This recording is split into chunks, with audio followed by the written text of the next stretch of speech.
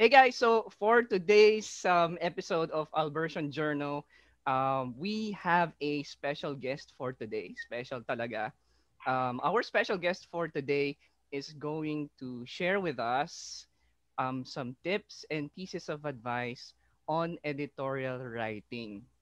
At ang masasabi ko lang siya ang tunay na Mondragon at Mother of all dragons, matindi to eh. Palaban tong writer na to. Ang tunay na Mondragon, si Cassie, also known as Cassandra Marara. Cassandra Femarara, kumusta tayo dyan?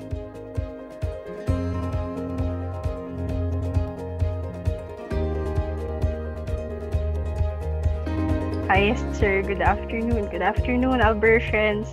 Yan, okay lang po. Matagal na rin namin hindi nakita ni Cassie kasi super busy with her school. Siya ay nag-aaral sa Kingfisher? Yes, sir. Kingfisher Nag-aaral pa rin sa Kingfisher. Nag-aaral pa rin sa Kingfisher. Malapit na rin graduate yan. Ano na lang, ilang taon na lang. Ano ang course natin ulit, Cassie? Sir, ang course ko po is BS Accountancy. Yes, accountancy, di ba? From a journalist, ngayon, malapit na siyang maging certified public accountant. So talagang magagaling ang mga journalist ng St. Albert the Great School. So, alam mo naman na siguro kasi kung bakit ka ngayon nandito sa ating Albertian Journal. Alam kung yes, sir. pang ilan ka na makikita ng buong Pilipinas. Buong Pilipinas talaga eh. Pero say hi to your fans first before we start. So, ayun. Hi to my supporters kung meron man. Ayun. Hi doon sa mga nakakilala sa akin during high school and yung mga naniwala sa abilities ko. Oy, naniwala. Oo naman. Maraming naniniwala kay Cassie. Okay, so ang pag-uusapan natin ngayon ay tungkol sa editorial writing. At syempre, alam natin because of the pandemic, I don't know kung matutuloy ang PressCon, pero I think there are other journalism-based competitions na hindi nga lang DepEd. Pero syempre, pag tapos na yung pandemic and we are all ready to go back to school face-to-face at magbabalik na ulit ang DSPC na paborito nating lahat. Syempre, yung mga nanonood dito, mga ano yan, mga school paper, ano yan, writers, yung mga yan, tsaka sumasali sa contest. So, para maging ready tayo at pwede na lang balik-balikan kung ano man yung mga ibibigay ni Cassie ngayon sa ating episode. So, ready ka na ba, Cassie? Yes, sir. Okay, so Cassie, ito simulan na natin. So, when it comes to editorial writing, alam ko, alam ko manok sa likod ninyo. sorry. Hindi, okay lang sa amin naman aso. Mamaya baka may marinig ka. So, sa St. Albert, alam natin na madalas dyan more on mga bagay-bagay na palaban yan eh. So, palaban pagdating sa pagsusulat, palaban din pagdating sa pagsasalita. So, madalas dyan kasama si Cassie sa extempo, mga ganyan, di ba? Extemporaneous speaking. And then, medyo late na nakasama si Cassie sa mismong PressCon. Although, I think nagsusulat ka na rin before ka actually nakasama sa PressCon. Tama ba? Actually, sir, nagsusulat naman na ako before. Pero I was more of the literary person.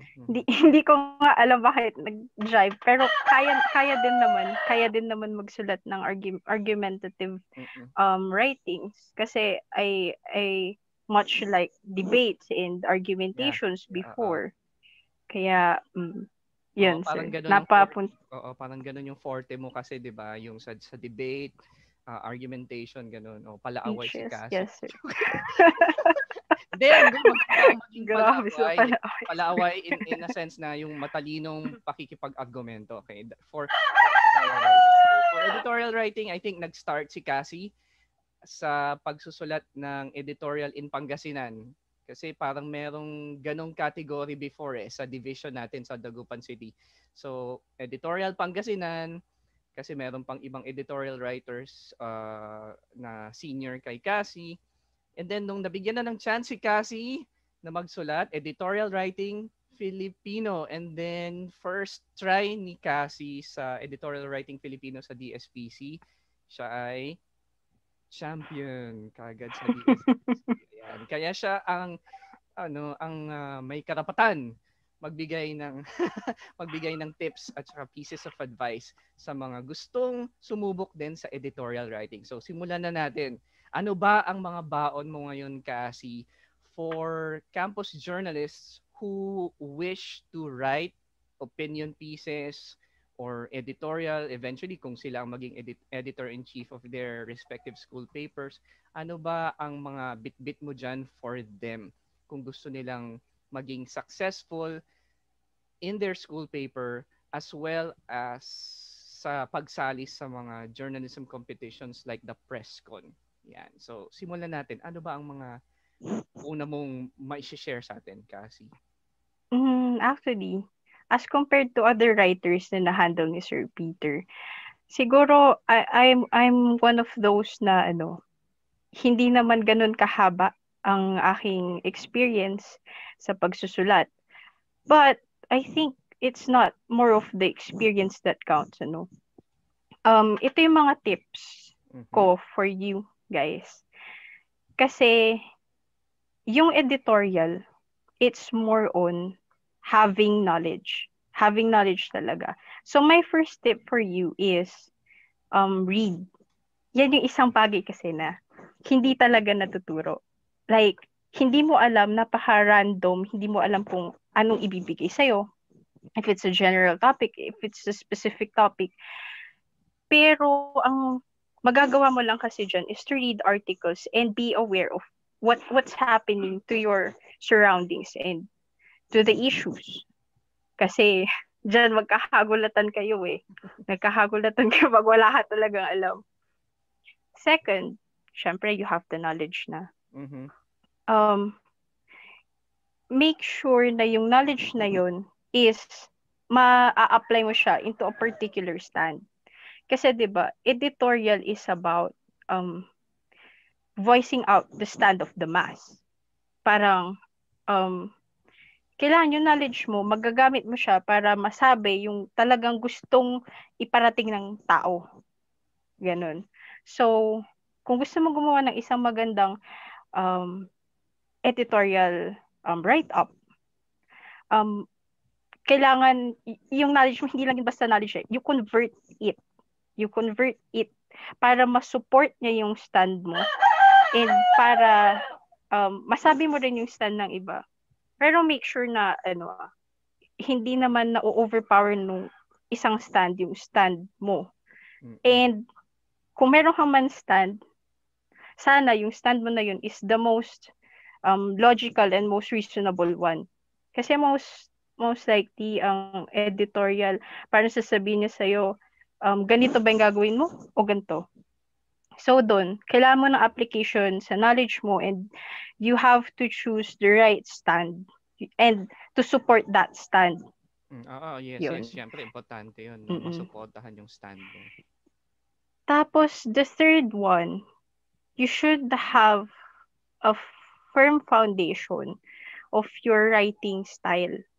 Ang writing style mo din, hindi yan matuturo. It's your way. It's your signature.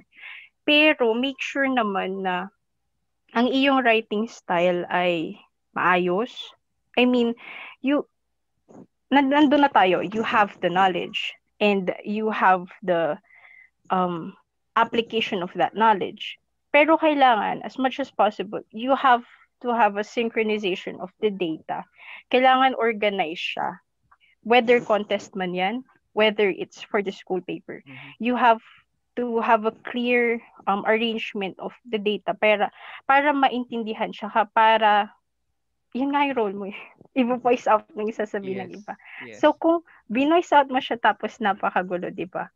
Walang magiging impact yun. Supposedly, we are writing as editorial writers in order for the government or for other people to be affected of what we are trying to say. Parang may sense na sinasabi niya. We could make a change towards this particular issue. Parang ganun kasi ang role ng editorial writers. So, yun. Kung hindi firm yun, yung writing style mo, mag-ano ka lang, magsulat ka lang ng magsulat, then you consult. Maybe you could consult your coach, kung si Sir Peter man yan, or kung sino ang ating naka-assign na coach. Do your research. Paano ba gumawa ng editorial? Paano mag-start? Paano yung paano i-end? Paano yung magandang content ng gitna? So, ayun. Then, might as well you could contact din naman other writers. Halimbawa, may mga predecessors ka. Kasi before ka naman sasalpak, parang may mauuna pa sa'yo eh. Kung kaklose mo naman, pwede mo naman tanungin, ate, paano ba yung ginawa mo diskarte? Tama. Oo. Paano ka ba nagsulat noon? Or minsan, secret lang natin, charot. Hindi, minsan din, depende din sa, minsan kasi yung judge, syempre, kilala mo yung judge. Parang, pwede mo rin, pwede rin yun na, alam, yung judge nito, parang ganito yung gustong marinig. Minsan, parang ganun din. Pero, hindi ko kayo tinuturuan ng ano lang to, just a boost. Kung ikaw ay gusto mo manalo sa contest, ganyan, try to, sino yung madalas judge sa ganito, tapos i-adapt mo sa writing style mo. Ways, diba? Actually, hindi naman masama kung alam mo yung gusto ng judge, kung alam mo yung style ng judge. It could help, pero kahit na alam mo yung style, kung hindi mo naman mailabas yung gusto mong sabihin then through your writing, di ba? Parang wala ring gamit yon. So, mas importante pa rin talaga yung mga unang nasabi ni Cassie, lalo na yung sa malinaw na yan. Kailangan malinaw ang style, malinaw, kailangan organized. Malinaw. Yes, kasi if you yourself are confused, kung ikaw mismo hindi ka sigurado sa position mo sa isang issue, paano mo i-expect na yung magbabasa nun ay magkakaroon din ng malinaw na opinion, di ba? He won't or she won't agree with your opinion kung ikaw mismo naguguluhan. Halata yun, makikita yun kung ikaw rin hindi ka sigurado sa gusto mong sabihin, sa gusto mong ipaglaban. Tapos kasi one thing na napansin ko po, Sir Peter, guys, napansin ko to. Depende kasi sa ibibigay, sa contest to ha, depende kasi sa ibibigay sa'yo na topic. Depende, yung results magdedepende dun minsan. If you're given a topic na general siya, pwede mo siguro yung tusutan in answering in a general manner din. Pero kasi, if the topic is super specific, yung ibibigay mo din dapat na sagot doon. Yun yung crucial nga eh. Specific din dapat. Or pwedeng manggagaling ka general to specific, pero kung specific talaga yun, mahirap talaga. Kaya nga sabi ko sa inyo, yung pinaka-tip, yung tip number 1, be knowledgeable. Kasi during my time when we were heading to our SPC, Sir Peter was telling me to read upon CJ Sereno's issue. Yeah. Matunog kasi ang issue ni Ma'am Sereno noon. Tapos, due to the time constraint, hindi ko na rin siya nabasa. Pagdating doon sa actual contest, yun talaga yung lumabas. Nagkagulatan kami. Kaya sabi ko sa inyo, magkakagulatan kayo pag wala kang alam. Oo. Ang tanong ko dyan, what if, kasi usually, pag elementary, medyo, sila dyan, medyo mas mabait sila dyan, medyo generic ang topic. Generic like K-12 or poverty or, COVID. Hindi siya yung sobrang nagzi-zero in doon sa may bagong, halimbawa, sa pag-COVID ang topic mo, may specific talaga topic na binibigay, hindi lang COVID na generic. Pero paano kung generic ang topic? How does a writer stand out? Siyempre kung generic yan, most likely lahat ng contestants may idea, meron silang general idea about it, may maisusulat sila. Pero kailangan may manalo. So, how do you stand out? Paano ka magpapapansin kung parang alam ng lahat? Ano yung pwede kayang gawin para Actually, that happened to me. The Oh. DSPC. Oo. That was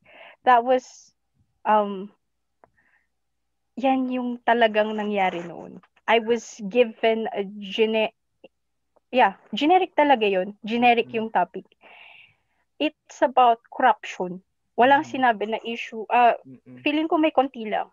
Pero it's like they're asking you if may mababago ba doon o hindi na yun mababago.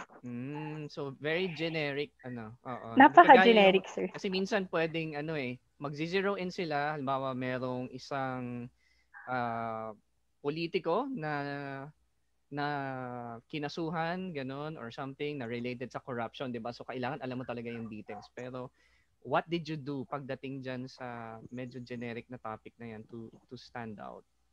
Normally kasi, I was actually weighing. Kasi talaga, pwede mo sabihin, the government wouldn't have any chance to change the system that has corruption. Ang hirap naman kasi talagang tanggalin nun, 'di ba? Pero kasi what I did nung sinagutan ko yun, yung binigay na topic, sabi ko, there could still be change. Sabi ko. Kasi in a common perception, sasabihin, wala na. Wala na talaga. Ganto, ganyan. Prevalent na yan. Hindi na yung mababago. Ugali na ng gobyerno yan. Pero kasi, I was thinking of, it could change, actually. Kung yung mga tao na nandoon, ipapursue yung pagbabago. If the people, instead of downing the government, susuportahan pa nila. So what I did, ganun yung sinabi ko, na mababago pa yan kung mag-start na agad yung change. Kung yung mga nakasupport sa kanila is all throughout susuportahan talaga yung change na yun. Yun ang ginawa ko, and isa pa, I don't know if nag-a-assume lang ako kasi feeling ko may impact kasi to dun sa pagiging champion. Mm-hmm. You have kasi kailangan mo ng title editorial, you need to formulate the title. Make sure na yung title mo medyo catchy. Yung pag binasa agad, yung okay, ang lakas ng impact ng gawa na to. Pwedeng ganun. Kailangan ba seryoso, nakakatawa, o controversial? Or kailangan medyo Depende kasi sa topic, sir. But ako kasi, I just answered it na nag-reason out lang din ako. Simple reason out. How do you reason out ba? Yan na lang tanong ko sa'yo. Ikaw ang writer. How do you reason out? Is it with sarcasm? Pero I'm not sure I'm not sure what could make you win. Ikaw lang din naman makakaano niyan eh. Ikaw lang din sa sarili mo ang makakaalam what are the appropriate things to do. What are the appropriate things to say.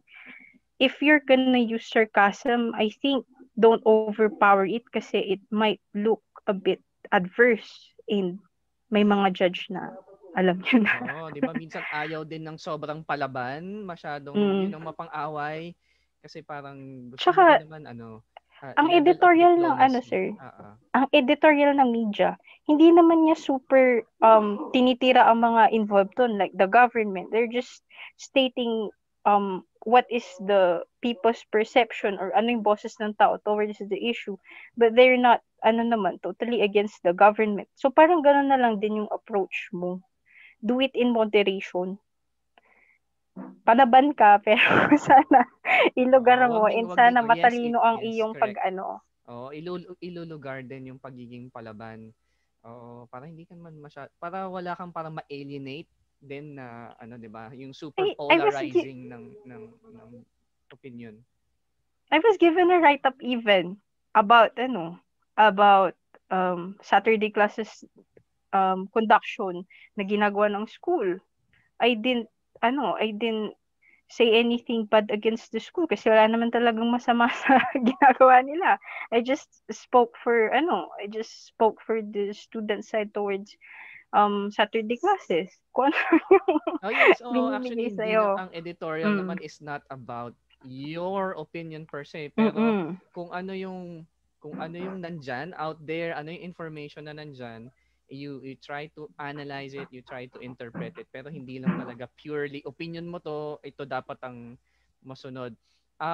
When it comes to issues na kalat na may popular opinion na ano ang mas magandang piliin para sa'yo, do you go with the popular opinion or ito ang gagawin ng lahat, so dito ako sa sa kabila, sa anti, kumbaga, halimbawa, ano usually ang mas pinipili mo, o depende kung Um, alin yung kaya mo talagang ipaglaban, not necessarily kung popular yung opinion na yun o hindi.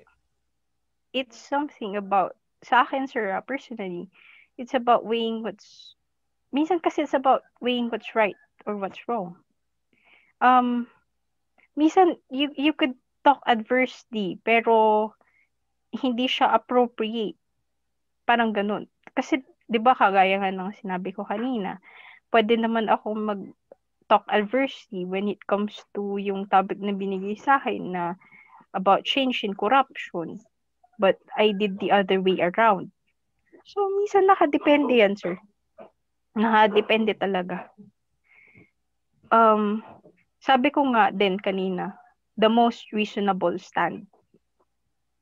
Not necessarily madaming magsusupport sa kanyang facts, mga ganun. Most reasonable. You as a writer, you judge. It's not my conviction for you to take. It's your conviction that will prevail. Parang ganun, sir. Yeah, operative word is conviction, 'di ba? Mm-mm. Kung wala kang conviction yun, ramdam na parang half-hearted yung kahit sabihin mo na hindi ito yung malamang gagawin ng lahat kaya dito na ako sa kabila. Pero dahil hindi ka masyadong naniniwala doon, pinili mo lang siya just for the sake of being different.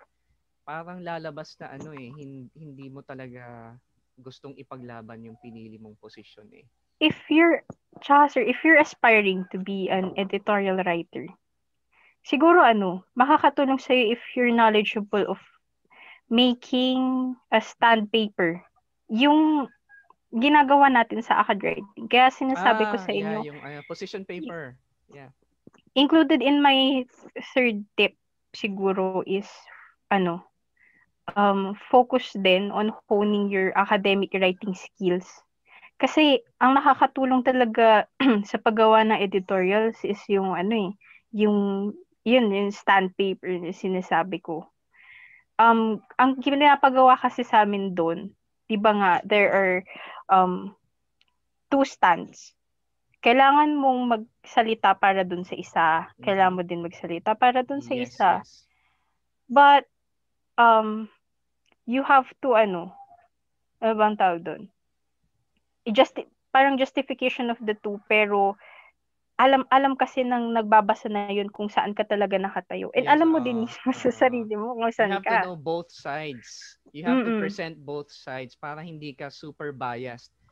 Present mo yung pareho, pero meron pa ring kumbaga mas matimbang na posisyon, pero hindi pwedeng wala kang alam doon sa kabila.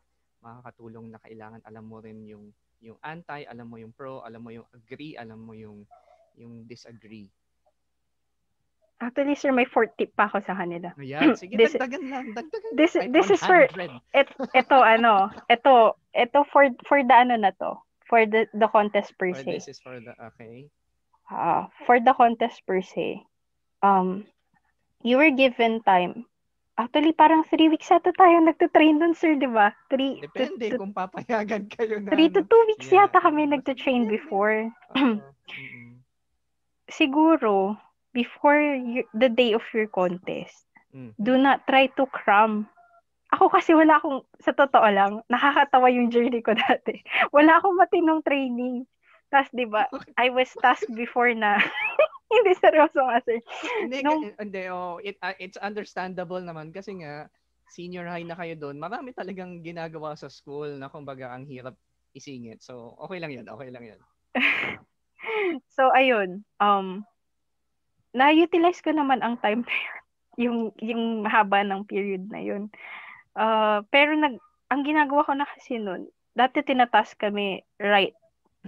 Tapos mag-consult kay Sir Peter. Ganun kasi ang buhay namin before. But, ang ginawa ko kasi noon, less right ako eh. Konti lang nga ata pinapacheck ko kay Sir Peter dati kasi ang ginagawa ko, nag-iisip ako ng kung paano gawin yon, kung ano yung mga topics na dapat kong malaman. Parang ganun yung ginagawa ko. So, you were given, pero hindi yun sasabihin ko, you were given the benefit of the period to train yourself. A day before the contest, make sure tama na yung kain mo. Hindi naman, tama yung kain mo. Tapos, oo, importante yun. Oo, tapos sa atin, hindi pwedeng gutom. Ang inyong tulog ho, kailangan ho makatulog ka ng maayos before the day of your contest.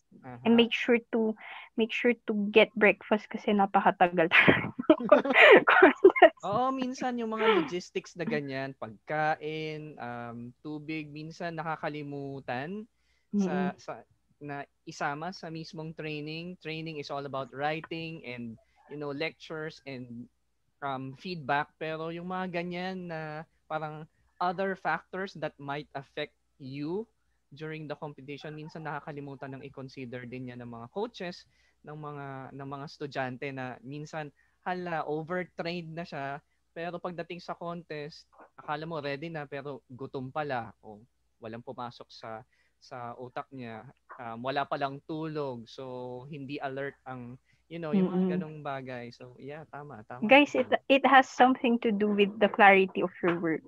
You cannot organize it properly kapag ikaw ay bangag. Kaya ako sinasabi sa inyo. True. Hindi totoo naman. Hindi totoo ha. Real talk lang to. Totoo. Kaya hindi rin pwede ang ma-overtrain ka. Kailangan alam mo ring i-pace ang sarili mo. Pag malapit na rin ang contest, hindi talaga ano na lang, dagdag na lang yan, yung mga pahabol, swertihan na lang kung talagang on that day, something big came up sa news, tapos yun ang na-pick up ng judge. Pero usually ang mga judges kasi sa higher levels na or regional or national, prepared na lahat yan days before eh. So hindi mo na maiisip na ito yung nangyari ngayong umaga, so most likely yan ang ipapagawa mamayang contest, mamayang after lunch or something like that. Pero yes, tama yun. Hindi pwedeng bangag. Hindi pwedeng bangag. So, eto na lang. Yung balikan natin yung unang tip mo kanina, yung pagbabasa. Gaano ba karami ang kailangang basahin? Kailangan ba talaga well-read ka? Kasi ako, para sa akin, minsan, ang mga kinukuha ko ng writers, yung alam kong maayos na magsulat, alam ko na organized na silang magsulat, alam ko na malinis na ang grammar nila, para ang problemahin na lang yung content. And when it comes to editorial writing, content will depend on your knowledge na sinabi mo kanina, and it will depend on the things that you have read. Wala kang knowledge, wala kang maisusulat kung wala kang binabasa. So, gaano ba dapat karami ang basahin? Or okay lang, mas maganda na don't cram everything. Mas maganda kung araw-araw may napapanood kang news para constantly updated ka, alam mo yung mga nangyayari, or sabay-sabay na yan pag malapit ang contest, kahit na 100 possible issues and topics yan, pag-aralan mo na kaagad. Feeling ko kasi it's more on what's prevalent. So, lang tayo? Review lang tayo. Ano na nangyayari, current setup. Kasi, yun nga, RSPC, Sereno maugong noon. Nung DS, okay naman yung topic, pero it's a general topic nga kasi. Pero siguro kung magbibigay sila ng specific, it's more on what's currently happening. So, siguro, kung hindi ka, kasi ang pagbabasa, napakahaba kasi ng per article, 'di ba? So kung pwede naman na habang nanonood ang inyong pamilya ng news, maki-join ka na rin, ganyan. Kasi feeling ko, they're not gonna dig dun sa mga dati ng topics. Yun nga, sinasabi ko kanina pa na. Ngayon, pa rin yung nila nangyayari yan sa ngayon. something recent, i-connect nila. Whether kahit na yung theme mo is somewhat universal or generic or dati na siya like poverty or educational system, i-connect nila to something that happened recently. Hindi naman yung sobrang luma. Kung ano lang yung kaya nila, sir. Kung ano lang yung kaya mo. As much as possible, yung gist nga lang eh. Kung meron kang mahanap na parang summary of the articles, mas okay na yun. Kasi, ikaw lang din naman gagawa ng arguments mo. It's not gonna come from the, Pero if you want to be more objective, di syempre, kailangan mong mabasa lahat. Diba? Pero yun, kung ano lang yung kaya mo. No pressure. Question. What if nagkataon wala kang alam doon sa topic na yun? Kasi di ba nababanggit ko na rin naman noon, kung hindi mo alam, ganun talaga, subukan mo na lang itawid. Paano kaya itatawid? Kung talagang you have no idea, kahit man lang last place, basta maka-qualify doon sa next level, ano ang pwedeng gawin para maitawid, kumbaga? Ano kaya ang ways para maitawid? Fifth tip. Hindi ka na magsa-champion definitely kasi wala kang masyadong maisusulat about it. Pero what if wala kang idea? Fifth tip. God's will. God's will. Oo, rin naman. Kasi ako, wala akong kaalam-alam ng DSPC. Tatanungin mo ako ng mga issues. Wala akong kaalam-alam. Natsambahan ko na lang yun na general. And natawid ko siya. Hindi ko nga ina-expect na mag-champion pa ako nun. Ano bang dapat mong gawin? Siguro, think smart. Kasi minsan kasi, kung magaling kang magsalita, kahit na hindi substantial masyado ang knowledge mo, magsa-stand out ka pa rin eh. True. Actually, pwede. Of course, gusto natin may laman talaga. May laman. Pero there are times talaga na minsan wala ka nang mahugot. So, pumaparaan ka. Kuha ka ng general idea. Sige, kahit general idea yan, push mo. Mag-isip ka kung paano mo siya i-back up. Smart arguments. Kung may alam kang issue, kahit hindi siya related, pero somehow, hindi siya talaga involved doon sa mismong binigay sa'yo, pero somehow it's related, di sige. Mo lang for example. Parang example mo lang siya doon sa particular issue na at least alam nila they have they have a judgment na okay, may alam pa rin to pero hindi kulang lang pero parang may alam kulang lang pero may alam siya. Ipasok na natin baka makabawi sa sa regional o sa national. And then siguro try to write it well. Pambawi mo na lang din. Siyempre nasa criteria naman, 'di ba? Grammar, organization. So kahit wala ka doon masyado sa relevance, yung iba may relevance pero sobrang gulo, sobrang madumi ang sinulat. Sa iyo nakabawi ka sa grammar, organization, style. Baka sakali, 'di ba? Baka pwede pa rin ipasok, 'di ba? Nag-agree ang manok. Nag-agree nga po, sir. Oo. Speaking of manok, what if there are distractions inside the room? Pag contest to, distractions inside the room. Kasi pwedeng may mga maingay minsan. 'Di ba? Minsan may nagchichismisan or naririnig yung construction sa school o kung saan man yung venue na yun, may construction o biglang umuulan, may malapit ka sa highway kaya maraming maingay na sasakyan. So ayan, anong pwede nating gawin sa mga ganyan para maka-focus? Kasi ayan. Sir? Yes. Para maka-focus. Para maka-focus. Nung time ko, RSPC, lahat ng phones kinapture. gulat ako. lahat ng phones namin kinapture. Isang ano pa yon, isang nagpatagal room designations, medyo ano din. I think distractions din yung mga yun. Ang ingay din kasi talaga sa loob kasi kada kukunin ang phone, may magsasalita, nagre-write ka pa ng iyong piece, may tapos na, so kukunin na niya ang phone niya, maingay. Siguro wag mo na kasing pansinin. Magsulat ka na, wag mo nang Talagang titignan. inabubble ka, no? Wala kang magagawa. Wala kang pakialam sa... Wala kang magagawa. Those things are beyond your control. So, I don't think pwede mo naman sabihin dun sa tao, dun sa mga proctors dun na huwag kayong maingay kasi nagsusulat kami, ganito. That's something uncontrollable. But what you can control is how do you focus despite the distractions. And how you will react to it.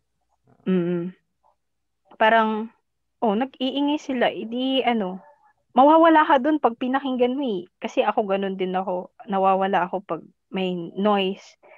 Back to square one ako. O kaya yung draft ko, totally tatanggalin ko yan kasi nalilito na ako sa aking pagsusulat. So, sanayin mo yung sarili mo na kahit may ginagawa, may hindi ka madi-distract. Nasasanayan lang yan. I-impart nyo na rin sa inyong training pala. Yes. Try to train dun sa mga, halimbawa, sa kantin, sige. Try mo lang. Kahit hindi mo matapos ang iyong write-up, try mo lang na kahit once maka-experience ka ng noise para alam mo yung gagawin just in case ganun yung maging setup mo. Masanay mo rin yung sarili mo sa and then you are prepared for anything that happens beyond your control pagdating ng contest. O kaya maganda rin maganda rin mag-train sa school kasi mayat-maya pinagsusulat ka pero bigla kang ipapatawag, uy balik muna sa klase, 'di ba? Pampagulo yung mga ganun. Minsan I welcome those kinds of distractions kasi nga minsan meron din talagang mga mangyayaring ganun sa contest kasi ang dami talaga ng estudyante rin natin na hindi sanay na maguluhan sila. Kaya pagdating ng contest, pag may konting gulo lang dyan, nawala na sa focus, nasira na yung diskarte nila. Yun. Kaya maganda rin sa school pa lang, kahit na maraming pampagulo dyan, isama nyo lang yan sa training ninyo. Yan. So, kasi yan, medyo mukhang nakarami tayo. Sabi ko parang dapat less than lang to 15 minutes. Pero masarap kasing magkwentuhan, bumalik sa mga experiences. Tagal ko na rin, Yes. Ang tagal ko na hindi nakakapagsulat. So, and then of course, yung experience share natin sa iba. Kasi kayo puro compute, balance, ganyan, credit, debit, ganun, walang ganun credit, debit, ang balance lang sa Actually, kahit editorial writing, may walang masyadong balance diyan kasi you're supposed to take a stand, di ba? Pero pagdating sa accountancy kasi, balance dapat. Kasi kung hindi, wala na. X ka na. Pag hindi nag-balance yan, hanapin mo kung nasaan yung kulang doon sa 2 columns. Uy, accountancy. Yan. So, kasi meron ba tayong huling advice, piece of advice, any last words of encouragement or inspiration to our campus journalists out there na maaaring makapanood nitong ating usapan sa YouTube, di ba? Baka meron tayong masasabi diyan, ma-inspire natin sila at para pagbalik natin at makakapag-contest na ulit, ready rin sila parang ikaw. So ayun. I think one of the happiest events talaga during my time in high school is the DSPC, yung mga press con na ganyan. Nakakamiss nga, kaya nang sabi ko. So ayun, i-enjoy nyo ang inyong high school life.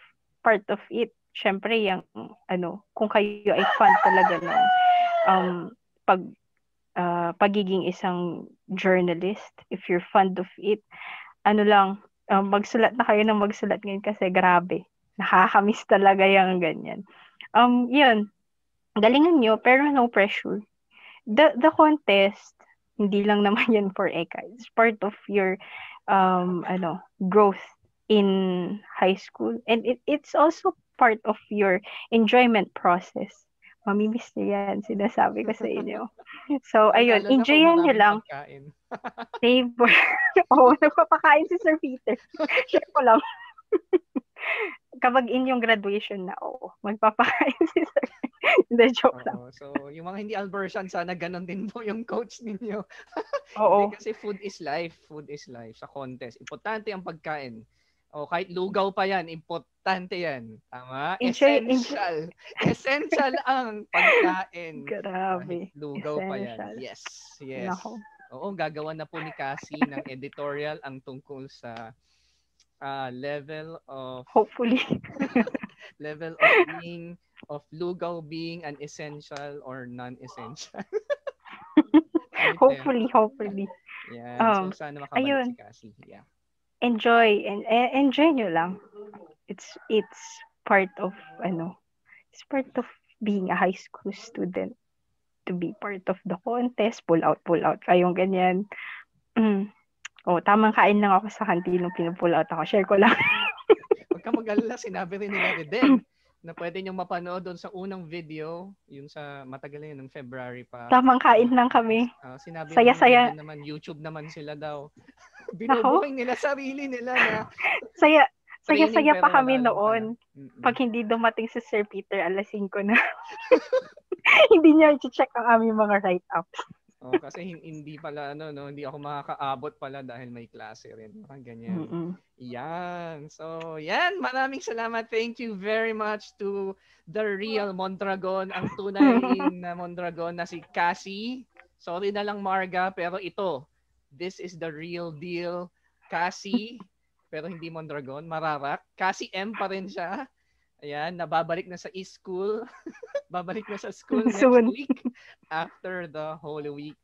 So, tignan natin kung kailan natin ma-upload itong video with Cassandra. So, hopefully, lahat po ng mga viewers natin ngayon, isa ka man, 100, 1,000 o 1,000,000 ay meron pong natutunan sa mga shinare po sa atin ngayon ng ating bisita na si Miss Cassandra Fe Mararak. Thank you very much, Cassie, for your time. Bye, sir. Thank you din po. God bless. And sa mga writers natin dyan, God bless po sa inyong journey, inyong writing journey. Yes. Bye, Cassie. Thank you. Sa mga fans ni Cassie, share nyo na po. Subscribe na po. Bye, Cassie. Cut.